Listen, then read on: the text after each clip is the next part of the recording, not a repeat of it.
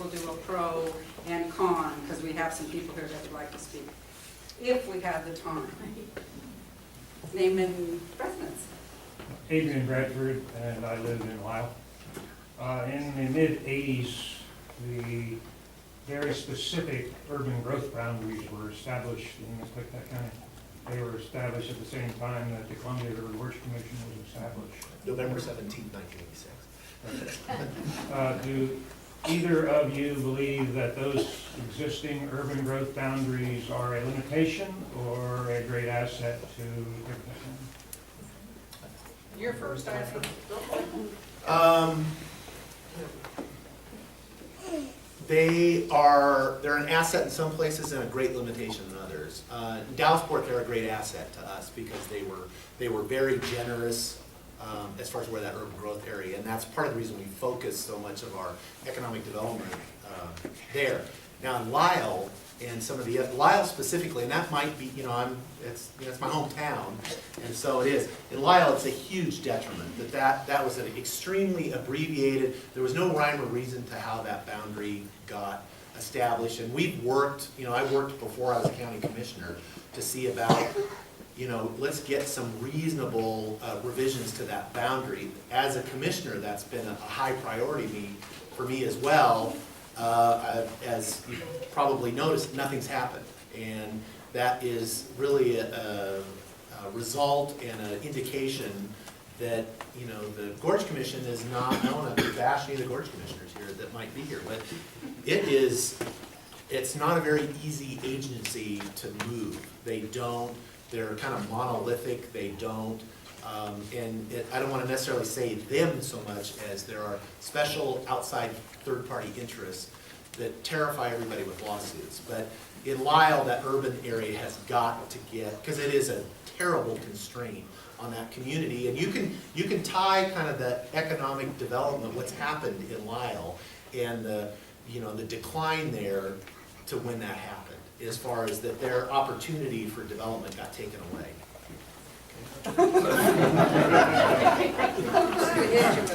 Again, I can't expand too much. I will say that the economic effects are well known and in place.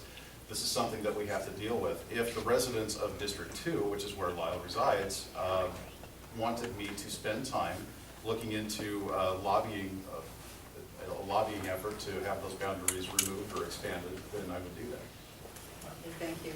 I'm going to move to the next set of candidates. We still have several people to hear from and more questions for tonight. So thank you both. You did a great job.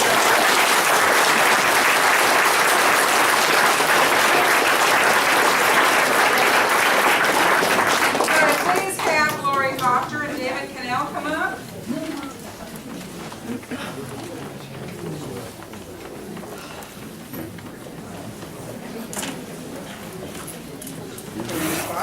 I'm doing this. No, next to Lori. Sorry. You'll do just fine.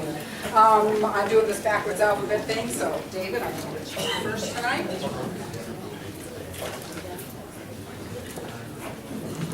Have your attention. Go for it, David. I guess I want your attention. Yeah, I just want to quiet down. My name is David Cannell. It's an odd one, it's Q-U-E-S-N-E-L. Not perhaps the ideal political name, but it is what it is. Remember the first couple of times seeing it on signs, hopefully folks have seen it around. I'm like, who's this Cannell guy? Yeah, that's me. It's Q-U-E-S-N-E-L, Cannell. I'm running as an independent for position of Clickahaw County Prosecuting Attorney. I came to the area about 8 years ago and began practicing as, the first year I spent as a deputy prosecutor in Goldendale. Spent about a year there, starting out with district court, misdemeanors, and I'm handling a lot of civil matters and the portion of the felony caseload and the juveniles, and got a real good idea of what goes on in the office, and got an idea that I didn't really, I'm not here to bash anyone, I didn't care for what was going on in the office at that time. So I struck out, I talked to a few individuals, and principally sat down with another attorney I really admired. He's like, look, you got the skills, why don't you just start your own firm? And I took his advice, for better or worse. And I worked out of Goldendale for a couple years, and since then I've been, my office is in Lyle, speaking of which, where the Columbia and the Klickitat rivers meet. I don't know if anyone's driven by there, and yes, the view is as beautiful as it looks. It's a great place to spend the day. Before that, I practiced law for a few years. Please don't hold this against me. In New York City. Don't have rope, do you? And practiced that doing corporate civil litigation, especially shareholder derivative lawsuits. I attended law school at NYU, was ranked number 4 in the country at that time. They slipped to number 6, so I must have taken something good with me that I'm offering to you folks. Before that, I went to college at the University of Washington. I got 2, I think Mr. Brumback referenced them. I wouldn't say worthless, but maybe not the most economical degrees in English and philosophy. So I had, a couple of choices. I could teach, I could go to law school, or I could make coffee. So I tried teaching for a year. That didn't quite pan out. I realized that if I'm going to listen to a lot of people nag about their problems, I might as well get paid a little better. So I went to law school. And I was at the University of Washington, even though I was born in Poland. Hold that against me, but I know my cousins can't get over that. So, a lot of people have been aware of what's been going on. I've been practicing a lot of family law and criminal defense, hearing a lot of stories from law enforcement and clerks and different individuals associated with the government on the civil and the criminal side describing a lot of problems. I started looking into it and just pulled a lot of the data that was available to the public. And it's, unfortunately, Klickitat County is in a situation where we have the highest dismissal rates of felonies in the state. We have the lowest conviction rates. We have the longest case delays. The folks aren't not being held accountable. The work of the courts, the work of law enforcement is not being honored, and individuals aren't being held accountable. So, I started really looking around, listened to a few people, and they're like, oh, why don't you run? And again, if anyone, I'm not a natural Bill Clinton type, although we both like burgers, but getting into politics is an adventuresome and very fascinating. So I jumped into it. But it's because I'm a concerned citizen. I want to serve the public. And I believe I have the skill sets for the training and education, hopefully to bring about some more accountability, put a stop to the longest case delays. Fortunately, the highest dismissal rates and lowest convictions rates in the state. And so, I think a lot of people have reached out, and that's why I have the support. And I don't think you've ever heard of an independent candidate for prosecutor that has the official endorsements of law enforcement through Sheriff's Association members and the Goldendale Police Department and the defense attorneys. Thank you.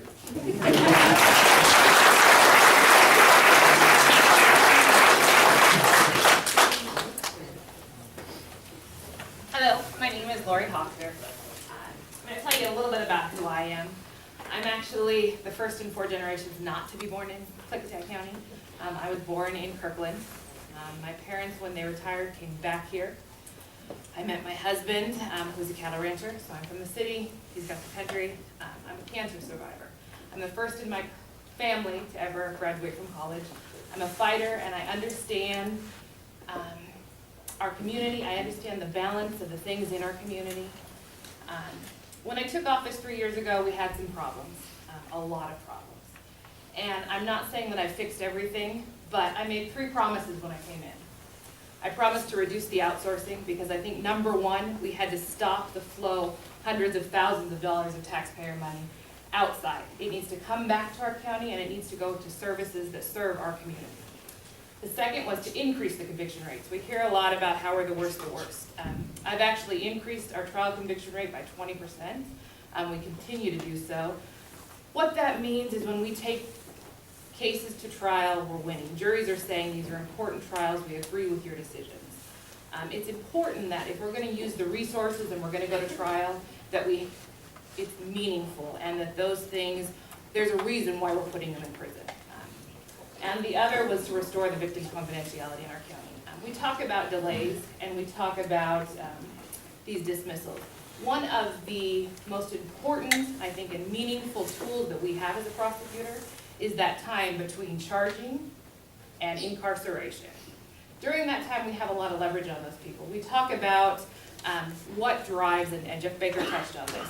Why do we have crime? What's driving these crime rates in our county? mental health, drug abuse. These are things that during that time when we charge a person, we can use that leverage of a trial, of incarceration. We can induce that person, go seek counseling, get treatment, get help. Because my passion is kids. My passion is this community. And from a prosecutor's standpoint, and especially elected, we sit on the top and we see an overall picture. We're able to see kids from the beginning in our juvenile courts, and we follow them all the way up until we put them in prison. So we can ask ourselves a lot of times, do I stick a person because I can in prison for 15 years? That's a child, and what are they going to come out to be? Are they going to better our community? Are they going to have a place in our community? Or I can look to say, okay, this person has a drug problem. Can we get them into counseling? Can we get them into rehab? If we can't, hold them accountable, and if that's not an option, but first we have to do things that fix our community and strengthen our community. We talk about domestic violence. It's Domestic Violence Month. We have a lot of it in our county. And we go back to, is it mental health illness? Is it drug abuse? And a lot of the times, the questions that we're asking ourselves is, why does this keep happening? Why do we see repetitive in the same families, cycles? Why do we see the same person in and out of jail in a rotating door? I don't think that our resources are best spent in using a will where we put him in and out of prison. We see that when we incarcerate a young man in jail, he comes out. We're not necessarily fixing the problem, but we are creating someone who's going to be a serious offender when they get out. So when we look at delays, when we look at dismissals, I think there's a better way to look at it, and it's looking at what's best for our community. Surely. And even the wife's on it there too. But we look at two things in terms of what's the impact on the community, what's the impact on the victim, and what's the best allocation of our resources to make our community safer.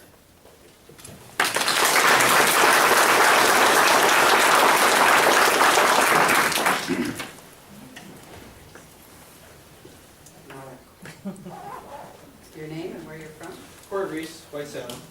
Okay. I'm curious if any thought has been given to why the conviction rate is so low, and possibly why people are getting charged and not convicted, if any attention is being applied to the people actually charging them. Why don't you start with that, Lori, and you both respond? When we're looking at conviction rates, we're looking at a multitude of things. One, we're looking at, are they going to trial and are they being convicted? And our trial conviction rate is high. We're also looking at individual charges. So when you're looking at those stats, there are a bunch of numbers. And what we do often in plea negotiations and plea deals is we consolidate charges. So you may be looking at, you're not looking at individual cases. You're not always looking at, and you're not looking at trial rates. They're convicted and they walk. So when you're looking at individual charging, there's a lot more to it than just, I think people think we have the lowest conviction rate, so we're losing a trial all the time. And that's not what we're doing. And it's also not that we can't prove the charges. It's that we have roughly 22 possible trial dates a year. We charge over 200 cases a year. When we're looking at that, we have to have a way to deal with those cases. One of the things that we do in the foundation of our system is plea negotiations. So when we're looking at plea negotiations, we may have an offender, and often, that has 7 or 8 cases. They don't normally just commit one crime and never come back again. So in those plea negotiations, we may wrap those cases and bundle them and say, okay, if you plead to the most serious charges, we'll reduce 4 or 5 of those charges. So sometimes we're looking at those, it's not an actual picture of an inability to prosecute or dismissals. Hope that makes sense. David, you want to speak to that? Sure. My understanding was the question as to charging decisions. And one of the key, the trial conviction rate has indeed increased, less than what was stated at the beginning of the campaign by my opponent, but there has been an increase in trial conviction, but that's also been combined with the highest dismissal rates in the state of Washington. No other county even comes close.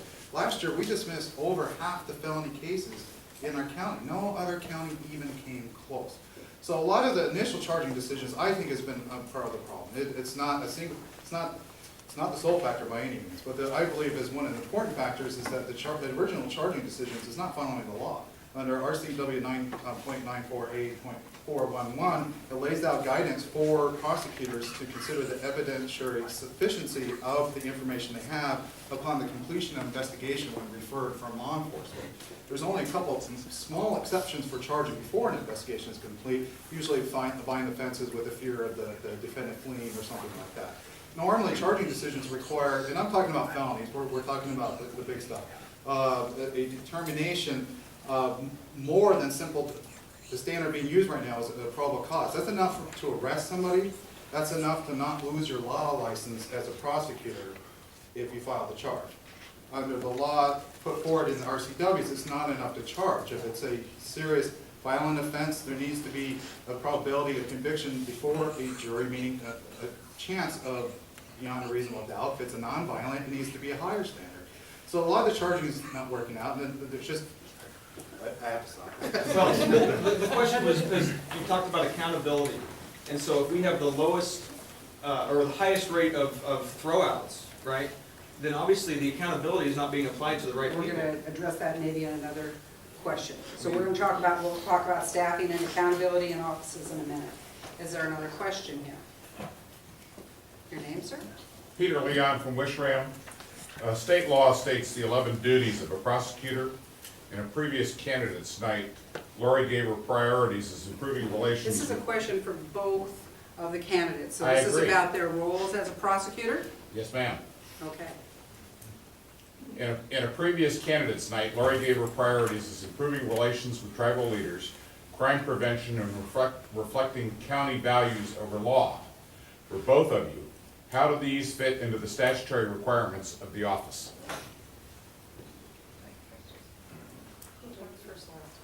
You did. So it's your turn.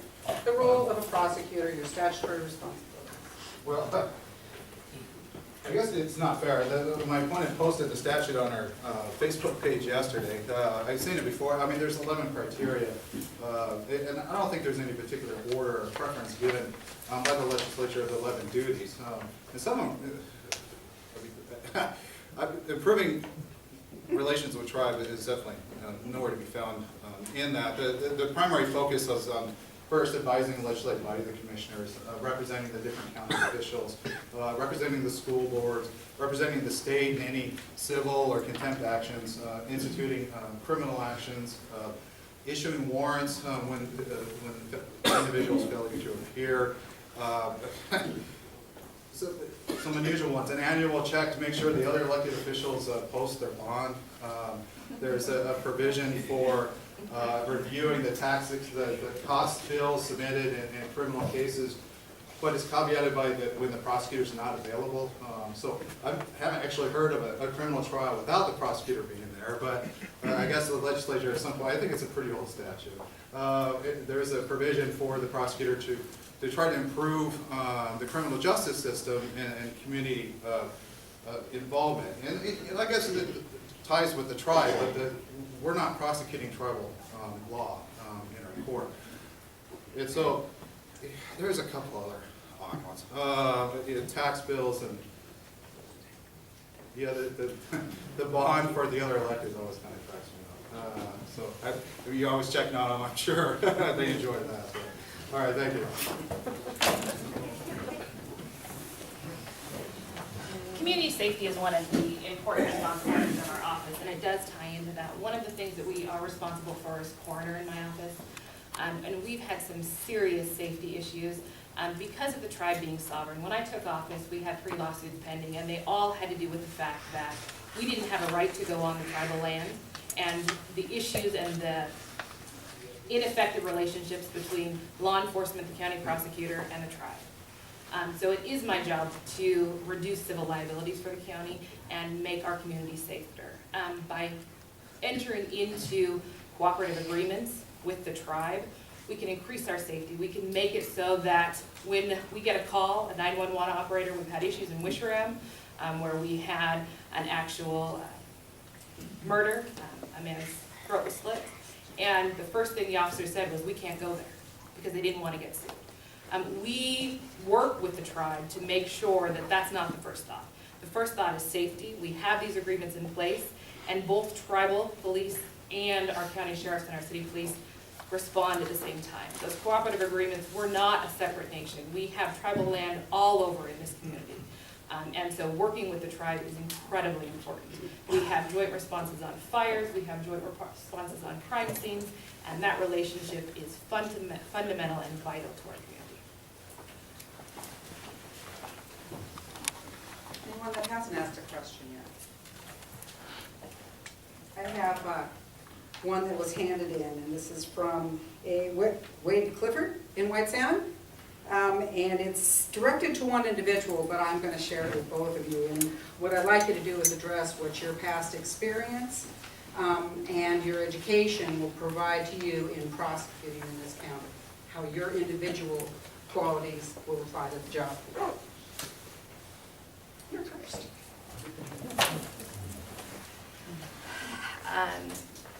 My individual qualities and background, I first started out corporate, started up a factoring company, so I do have that corporate litigation type background, the fundamentals of business and starting up businesses. From there, I did juvenile law, so termination trials, which the word sounds a little bit scary, and it is. It's, I think, equates to a murder trial. You are severing the most fundamental rights that a person has. You're terminating their rights to their child. And juvenile court is where I practiced prior to coming to the prosecutor's office. I then came as a deputy prosecutor. I tried cases successfully, winning those cases. From there, I opened up my own practice.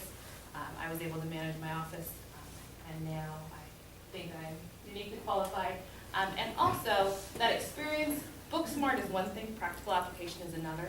Understanding your community, understanding that balance between the city and the West End and the country and our ranchers and our farmers, and the unique obstacles that both face, and blending those to make effective prosecutions and meaningful decisions for our community. There was a candidate at Ben Bickleton that described it as the longest job interview that we could possibly be doing. And it kind of reminds me of the, what tree would you be? Feel a little stumped. Because no, I don't, you know, I'm a proud man, but I don't enjoy getting up and bragging about myself. But some of the qualities I think a successful prosecutor must have that I hope I possess. First, an intelligence and an ability to process information quickly, because you have to make decisions quickly. You're making potential life and death questions, especially when you're appearing in court on a regular basis, and you're giving advice to the county commissioners that they're going to go out and rely on, and they don't want you to retract that, and so forth. The ability to work well with others. I do think a prosecutor, contrary to popular belief, needs to be able to have decent interpersonal skills, because there's so many different constituencies to work with. You have law enforcement constituencies, which can be a handful. You got the judges that are no offense, believe strongly in their opinions. And on the civil side, you have the county commissioners. They're all very proud folks that have dedicated themselves to the county. So being a successful elected, especially, I think it means dealing well with people. It's not that you're going to tell everyone what you want to hear, because you're certainly not. One of the tricks is being able to deliver bad news in a diplomatic way. And that's where, having been the coroner for a while, that was a skill you needed to learn pretty quickly. All right, thank you. One more question, or I'm going to take one from this card. Rosemary. The Klickitat Trail was, there was a Supreme Court decision not too terribly long ago that said that another conservancy trail had to go back to the private landowners. It's my understanding that some of the county commissioners went on radio and said that the Klickitat Trail would no longer be open to the public. And Is this for the prosecutors? yes, because The land use issue? they issued advice to the county, and so I would like to know, one, if Lori researched this, and Dave, if you have any comments on that. Land use issue, public, private. The Supreme Court decision that came back. Do either of you want to comment? Go ahead. Well, I can't comment on what my opponent advice that she gave because I wasn't present. Yeah, I'll just touch briefly. The land use is a component of advice to the commissioners. It's one of the many areas that are outsourced to more specialized legal services. Susan Drummond, I think, is the primary land use attorney at this time, received a rather substantial monthly retainer check. There are other services that are you need the utilization of outside counsel for, because one of the many areas of the law has in the last 50 years gotten incredibly specialized. The days of the small, the Ross Racos of old are just not able to do it nowadays because there's so many statutes and so many different ways of doing it. So refer to land use is very important. You know, I read that decision because I live in High Prairie. My office is across the street from the trailhead, from the Click That Trail. And one of the best things that ever happened in my professional career was them building that trailhead so people stopped coming over to use my bathroom all the time. So they had a guidebook that told people to do that. So they got their own now, which is great. But the Supreme Court, you know, so I read it. It was very narrow ruling on a type of conservancy trail that where the ownership interests were completely transferred. The Click That Trail is a little unusual in that I believe the proper phrase is growbank, where the ownership interests were not completely transferred, but there's still a reversionary interest in the railroad. So in theory, they could build a railroad there someday, which I think is why the parcel next to my office has been for sale for 10 years, because there's actually a right-of-way through there. All right, sorry. I'm going to be brief on this, and I apologize. I did advise the commissioners, as did Susan, but I do not share my opinions or talk about pending litigation or legal advice that I have given out. So I'm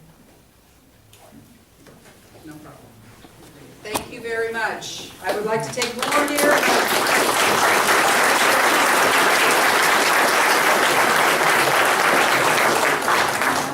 Mark Boardman and Bob Songer. We have two more candidates. Like I said, if we have 5 minutes for the Parks and Rec, and then there'll be an opportunity for you to intermingle, casually with the candidates if they're still around. Have a seat, sir.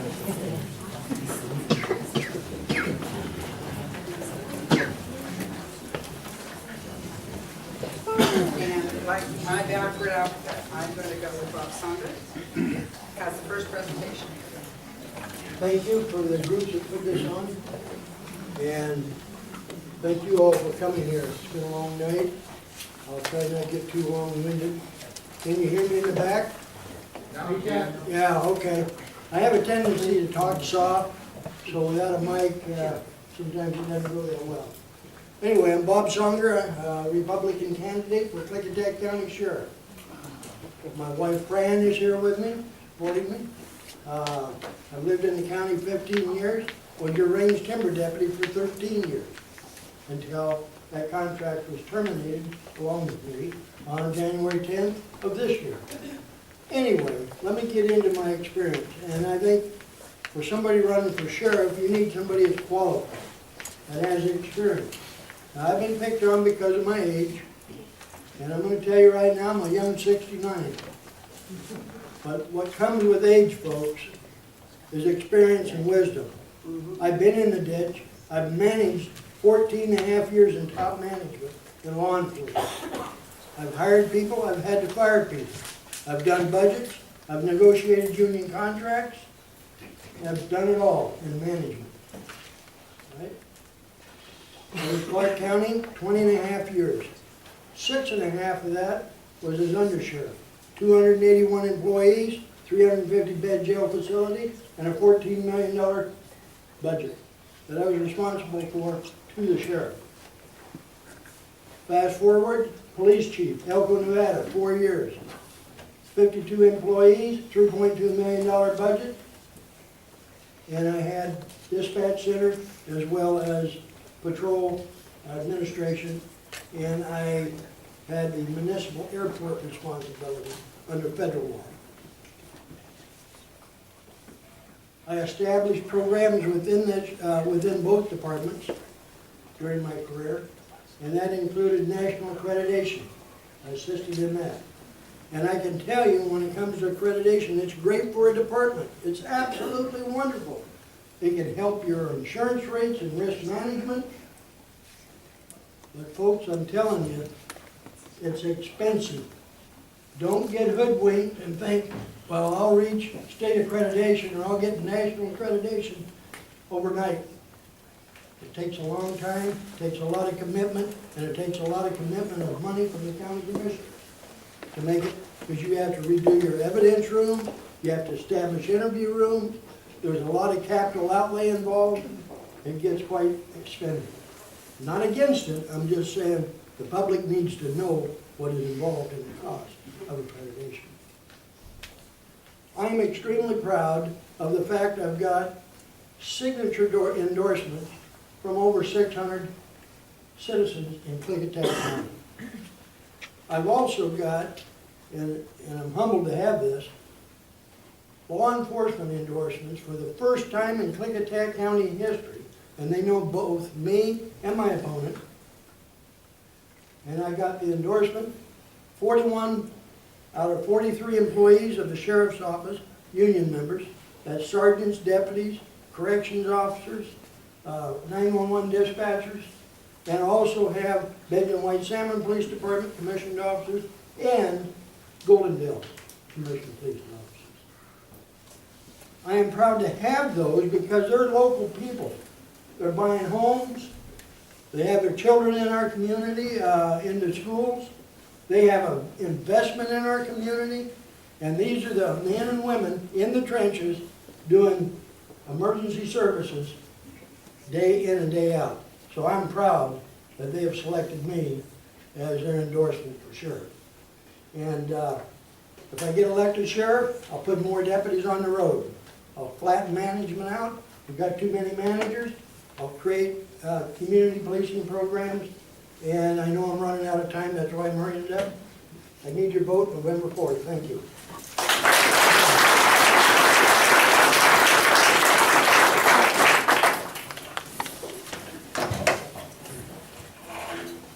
Mark Boardman, running for sheriff. I gotta say thank you for all the Seroptimists and the chamber members who have made this possible to get us all together here tonight and get a little better acquainted with who you're voting for, who's on the ballot. I am a native of Washington State, born and raised over the Puget Sound. I've been working, my wife and I have been residents of Clickitat County for 19 years now. We have been married 32 years, have 5 children and 7 grandchildren. I worked for the Washington State Patrol for 28 years, both sides of the Cascades. I have a degree in criminal justice. I have a certified collision reconstructionist, nationally recognized. I have testified in a number of different courts throughout Washington State as an expert witness. I was on the collision investigation pilot committee for the state of Washington for 10 years and have taught and instructed at the Washington State Patrol Academy. In addition to that, I have over 3,400 hours of law enforcement specific training and various other credentials, including the management and executive leadership schools that I just attended this last year. You know, an elected official, it's his responsibility or her responsibility to implement policy and do such that it is fair and equitable across all of the citizenship of the county. So I will continue to carry out those responsibilities in a fair and equitable manner to all citizens of Clickitat County. Give me a moment here to share some of the things that I've done as a manager that demonstrate that capability. I've developed a training bulletin that's gone online.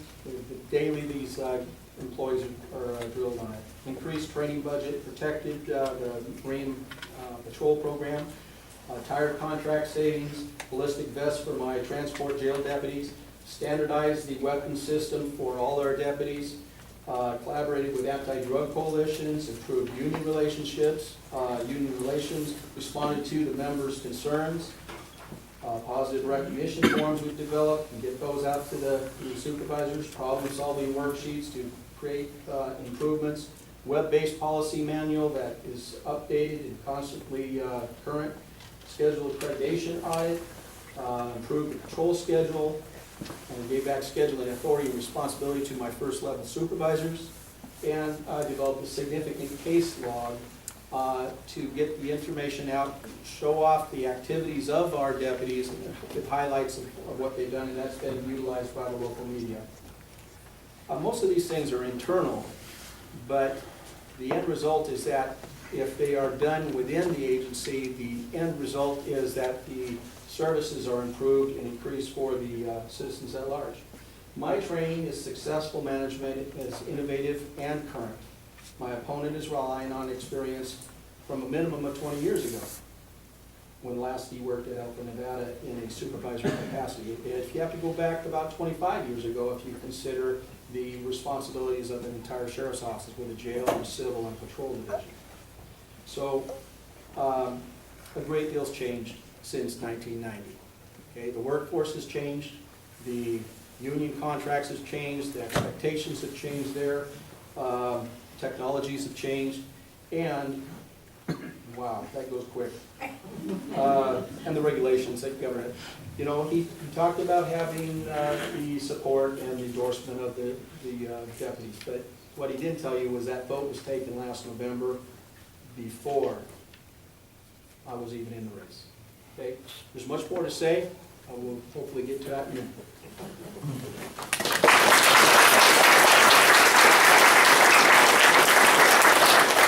I'm going to ask a written question first from a 10-year-old. Is Chloe still here? I bet she's home getting ready for, okay. Chloe Clifford, age 10, White Salmon. If you're elected sheriff, how will your office be more involved in local schools? You start, Mark. Okay. That's a fun question for me because I'm already actively engaged in a program through two different coalitions. One of them is called Klickitat Lyle Against Drug Abuse Coalition. There's a consortium of various participants from different walks of life, different disciplines, that are actively working to provide alternative activities after school for kids that are not necessarily athletic inclined, but give them some kind of positive environment and a activity that is constructive and is a protective environment. That's going on right now in the two communities, Lyle and Klickitat. We're also working at that same type of activity development in the Klickitat County Drug Action Team up in Golden Hill. So that's my way of addressing that interest and supporting the kids in schools. Well, Mark and I are not far apart on that issue at all. Kids are very important in our community, and we all know that. I'm a strong supporter of working with the school administration in establishing drug awareness programs. Also, stranger danger. How many have heard of stranger danger? I know, there's a few of them. Clark County, we solved a triple homicide because of that program. 3 kids murdered, Wesley Allen Dodd. And because a small child had gone through that training, was being abducted out of the Camas Theater, and he started yelling, "You're not my dad, put me down, put me down." And a citizen confronted Dodd. Dodd dropped the kid and took off running. Citizen chased him down and held him there for the police department. The sheriff's office arrived on the scene. Dodd copped out to 3 murders, plus provided the evidence. And I hope I don't offend some of you folks in this class, or in this room. I'm a strong believer in the education program for children, but in the case of Wesley Allen Dodd, Having personally been involved in that investigation on a supervisory level, I can tell you, Wesley Allen Dodd got rehabilitated. They executed him.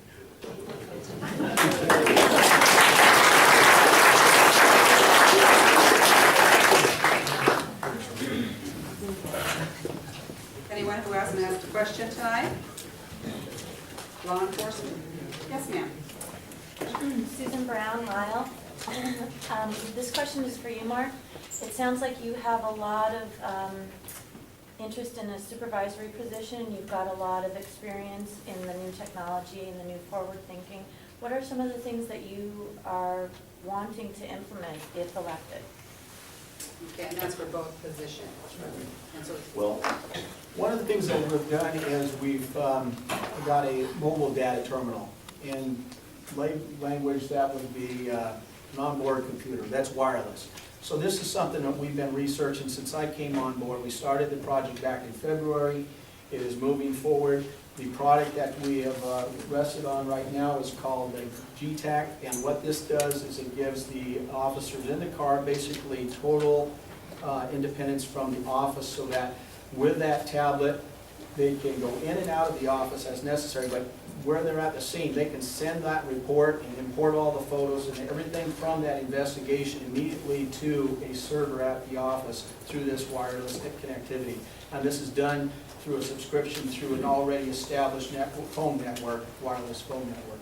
So that's an example of one thing that I've done, and we'll see this through if I give the chance. Thank you. The question again was, what would we do if I got in?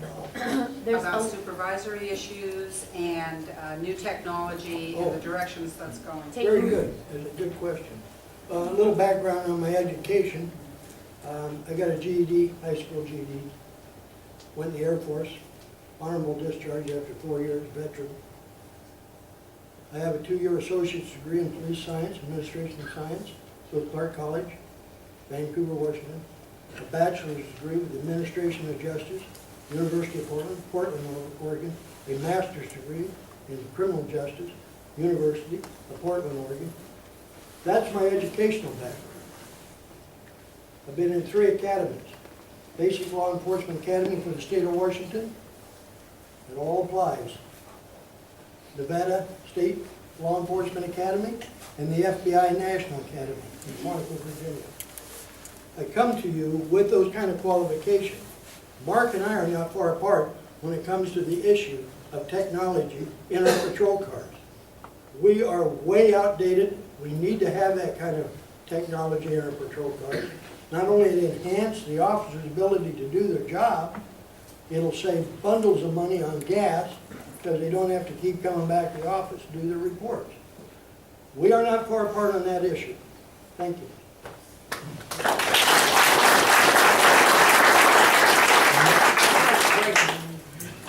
Yes, ma'am. Mary Fox, White Salmon. There have been 1 or 2 police shootings in the news lately. And while I'm not asking you to comment specifically on those incidents, I am asking you for your personal philosophy of how deputies can and should navigate the line between their own personal safety and the safety of a suspect in an ongoing incident, and also how you would communicate and cause that philosophy to be expressed through your own deputies. That's an excellent question. When you're in the business of law enforcement, that potential is always there at any time. You go to work and be involved in a shooting. And you hope to get through your career where that never happens. But the reality is it can't. There's a lot of issues, emotional issues on the part of the officer. But training is the key. Training, training, training, training. Until it's just automatic. That officer's walking up to a door on a car, and I don't think Mark's going to argue with me on this. We're both in law enforcement, and we know what that's about. because of good training, your reaction time might save your life. Because you're gonna revert, in your mind, you're gonna revert to training. Now, that's the first part of all of this, is to have good training for your officers and continuously put them through that training. Have good policy in place, that if there is an officer shooting a man, there's a procedure that the supervisors follow and the affected employee follows. Make sure you have counseling for that officer and counseling for other victims, or not victims, but witnesses or parties involved. And I'm running out of time. But yes, you need to have good training for your officers, counseling, and don't treat the officer like necessarily they did something wrong. If there's a problem, then it goes, obviously, to the courts if there's any issues. Thank you. There's 3 things that I've already done as your undersheriff toward that end. One is in training.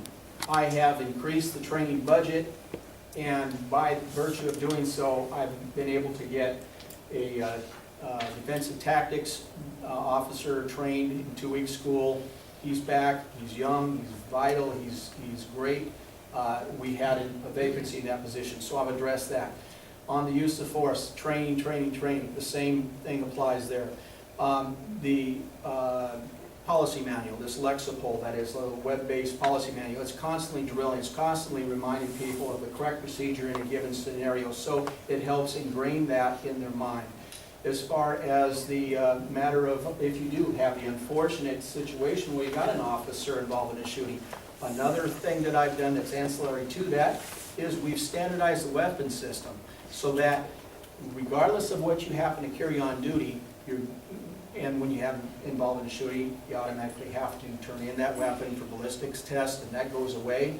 But you're going to be able to replace that weapon with one that's identical to it because everybody is trained, all their muscle memories is the same. Everything is done to maintain that standard throughout the agency. So whatever you hand that officer who is now already stressed and been through emotional turmoil, he's not like having to adjust or adapt to another weapon when he comes back online. Thank you. I don't know if that answered your question. I think you both did a good job with that. They both everyone did a good job here tonight. I'm going to make 2 comments here before you get to clap for every candidate that's put their name on a ballot, because it's a big deal to do this. First of all, we're going to have 3 minutes for and 3 minutes against on the Parks and Rec proposition. After that, you can informally meet with the candidates, but there are some blue markers on the floor. If any of the people before they leave want to put a table over every one of those blue markers, the seniors will be mad at us tomorrow. And I'd appreciate the help. It's not over the table, it's on the edge. And I've been instructed that Oh. the edge of the table was on the. They are very exact about their procedure. And so, is there someone here on behalf of the Parks and Rec District? And you guys can sit down, you did a great job. Thank you very much.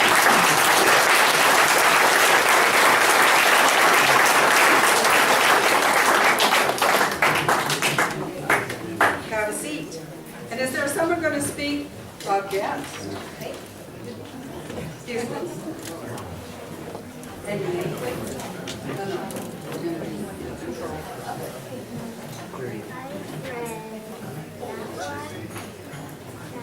Can I have your attention? This will be short and sweet. Go ahead, you can explain. My name's Dana Shuffler. I'm one of the commissioners on the Park and Rec District, and there's 4 of us, or 5 of us on the district. And can anyone hear me in the back? Okay. I'll try to speak a little louder. Just a little bit of background. Like David Sauter alluded to, the district formed about 4 years ago, and it wasn't funded. So the voters approved the district, but didn't approve the funding at that time.